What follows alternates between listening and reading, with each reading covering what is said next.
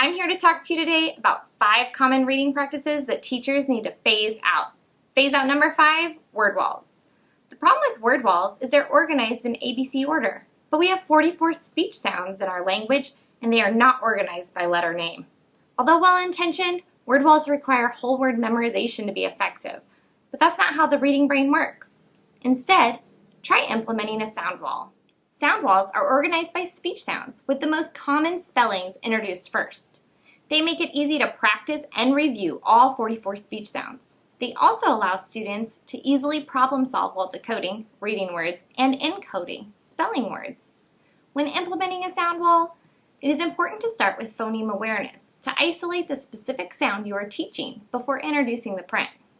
Avoid making spelling rules and instead guide your students to find patterns in English. For more about sound walls, check out my link in the description box. Phase out number 4, the 3 cueing system. Even if you've never heard of the 3 cueing system, chances are you've implemented as part of your reading instruction. The 3 cueing system started as a guide for understanding the process of comprehension, but since it's been widely misused for teaching decoding skills. The idea behind cueing is to provide strategies for decoding other than phonics. And the result is that students focus on those strategies, forgetting their phonics altogether. In short, they become avid word guessers.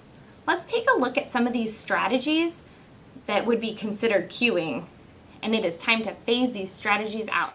Problem strategy number 1, look at the picture. Did you know that our brain processes a sight word faster than a picture of that same word? If we encourage our early readers to look at the picture of the fox instead of decoding the word fox, we are actually slowing them down and teaching them bad habits. Problem strategy number 2, skip the word. This is when we have students skip the word, read on, or reread to get the context before guessing the unknown word. This strategy encourages students to rely on semantics, such as background knowledge and context clues, to guess the word. This type of cueing also slows them down and teaches poor reading habits. Problem strategy number 3, guess the covered word. This is usually a whole group activity that claims to be part of phonics instruction, yet no phonetic decoding is actually being taught. Students are taught instead to flat out guess a word based on context clues, pictures, and possibly the first letter in the word. The rest of the word is covered up. We're actually teaching kids that reading has nothing to do with looking at an actual word, but instead is based on guessing. Word guessing allows readers to ignore the internal structure of a word.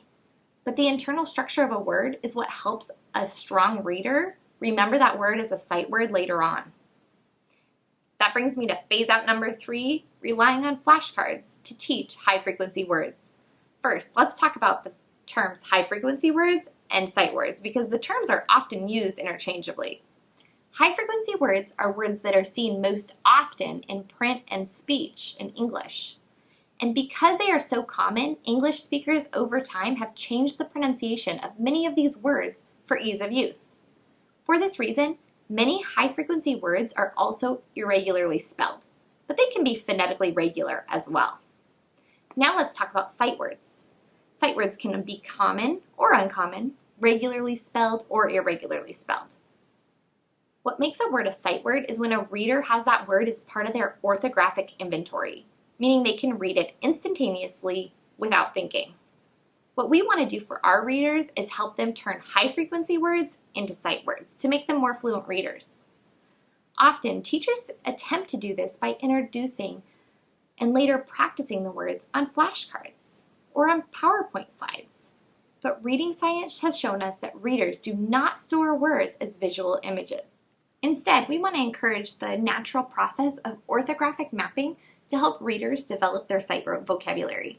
Orthographic recognition and recall require the reader to link the individual sounds in the word to their spelling. And it will be much easier for them to remember it long term if those words are broken into their sound-spelling relationship. When introducing very difficult high-frequency words, or for words that your students are having a hard time remembering consistently, I would break it up into this structure. Have them tap the sounds in the word, figure out how many sounds there are in the word, and then match those sounds to the letters that represent them. Cover words with the same pattern at the same time to reinforce the mapping process. For an example of this process, check out my Tap It, Map It, Graph It video in the description box below. Phase out number 2, skipping decodable readers. This is especially problematic for our struggling or new readers. Even if a teacher has a solid phonics block rich with phonological awareness, often decodable readers are skipped because teachers don't find them very engaging and the comprehension skills are not as deep as we would like for our young readers.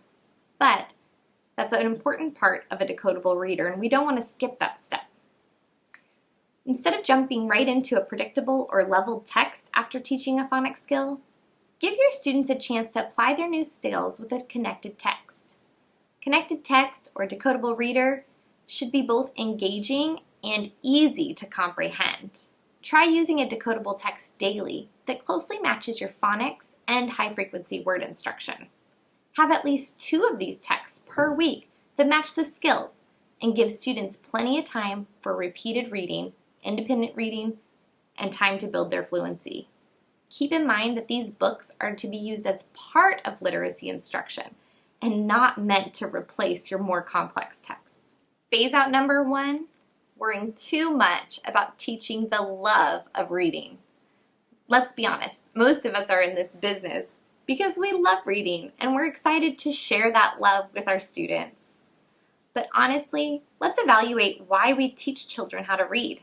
Is it so they can have a lifelong hobby? Or is it so they can be literate and grow up to do what they want to do because they have all the skills that they need?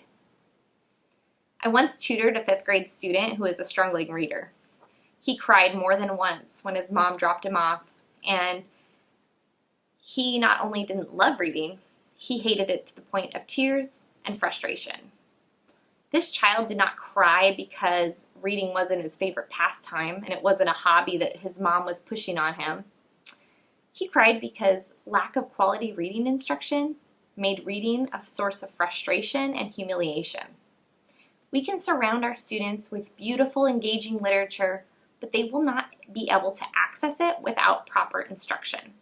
If we want our students to love reading, the first step is quality instruction, driven by the latest research.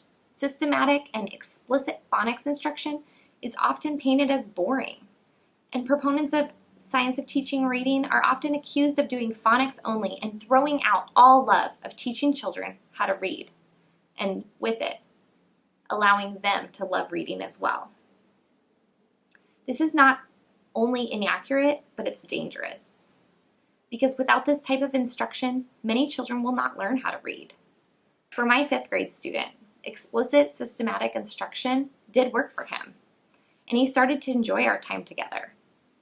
One day he asked me in exasperation why none of his teachers had ever told him this stuff before. And I told him, you know what? They probably didn't know. And there are a lot of things that I've done in my practice that I didn't know, but now I do. And so as we know better, we do better. So let's strive to teach our kids to be able to read so that they can choose to love it on their own.